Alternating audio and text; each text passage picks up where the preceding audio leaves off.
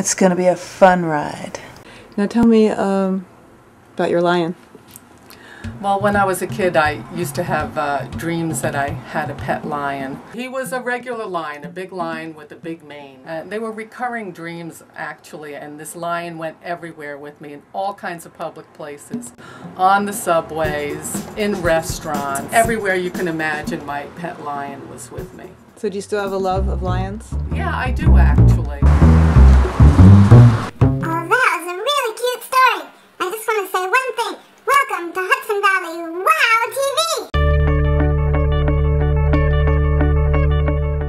TV! This is Dakota Lane, and thanks for being with me on this special holiday show. We have some fun things coming up.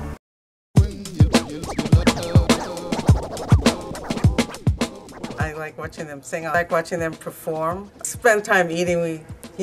Ordering pizza. We like to do that. I bring them crafts, and they like to color and cut and paste. And these little munchkins running around. It's like the cutest thing you could ever imagine. And to watch your daughters being such good mothers. But what about the person who's missing out on all the joy and doesn't have a child or a grandchild? Just go to any grocery store and see this mother with and kids just go running in every direction and say, do you need a hand with those kids? So if you got empty nest or never had any kids of your own, why don't you help out with someone who needs it and go watch some ducks, feed the dinosaurs, have a great time. Speaking of great times, it's time to go to New World. You get to hang out with Chef Ric Orlando again and make a salsa.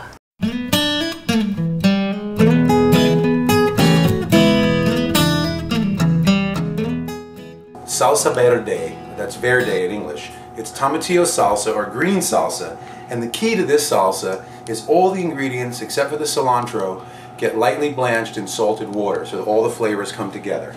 This features tomatilloes, which are available locally in the better farm markets and supermarkets year-round. And everything gets dropped into a pot of simmering water. So we have tomatillos, we have a jalapeno, and you can judge how hot you like your dish by how much jalapeno. I have a local poblano pepper. This is gorgeous. If you don't have one, you can use a little green pepper, but these are great.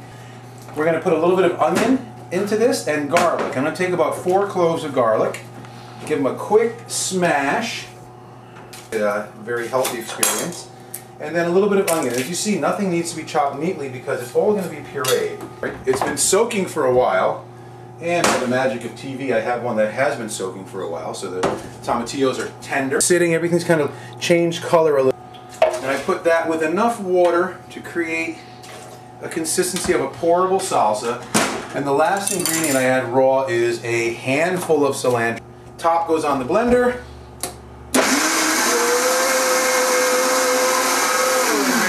You have salsa verde. As long as it takes to boil the water. Gorgeous. Is that gorgeous? That is a fresh one. That is one that we cooked a little longer. Okay. Either way, there are very few things that are more delicious with a tamale or grilled shrimp or a nice chunk of salmon than salsa verde. So you have both sides. You have the fresher, newer, or the one that we pureed a little harder. Perfect for enchiladas, and a real great shortcut is to buy a great can of organic black beans, heat them on the stove, and stir that salsa in to taste, and suddenly your black beans taste good for a change. All warmed up by that salsa, we hopped over to the 5th anniversary of the Arts Upstairs in Phoenicia. There's also a band playing tonight called We Must Be.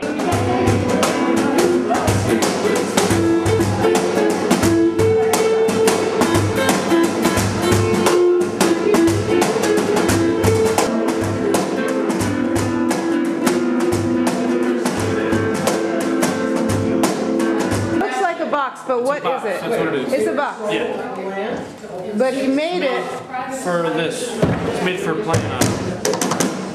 Wow. Actually, Peru. This is Peruvian style. I'll play that thing. You want to play pop tunes? Let's do it. We're gonna switch up. Sometimes you got to get over and take a listen. If there's something you got it like your girlfriend. Did you know that?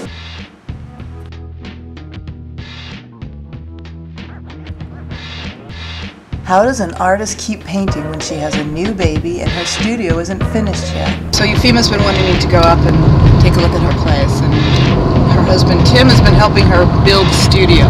They're both artists, and let's just go take a look.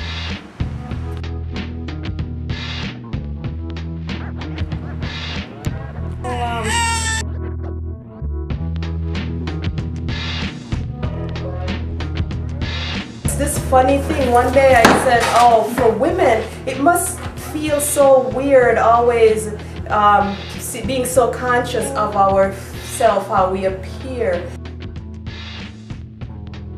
And it's almost like I said to myself, I feel like I just choke on all of this, strangle. I can barely breathe. All the air is going into my head. That's how the bobbleheads came, because it's like, struggle to breathe, but the eyeliner is on it. We're so concerned with artifacts, including me. I don't have a painting area. So you're getting a studio built?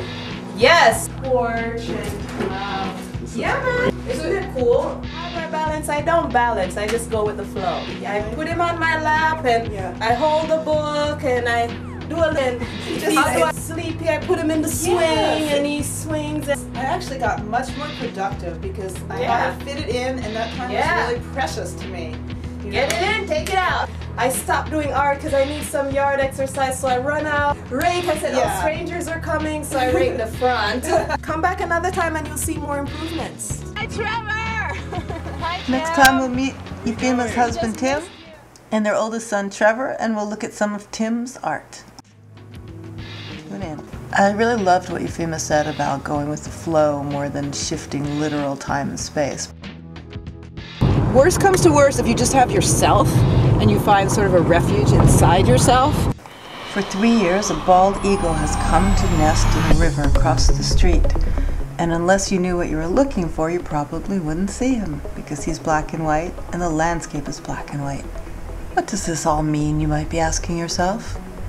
For me, it means look harder for what you can't see this new year and make it great. See you next Friday on Hudson Valley WOW TV, and visit me at dakotalane.blogspot.com.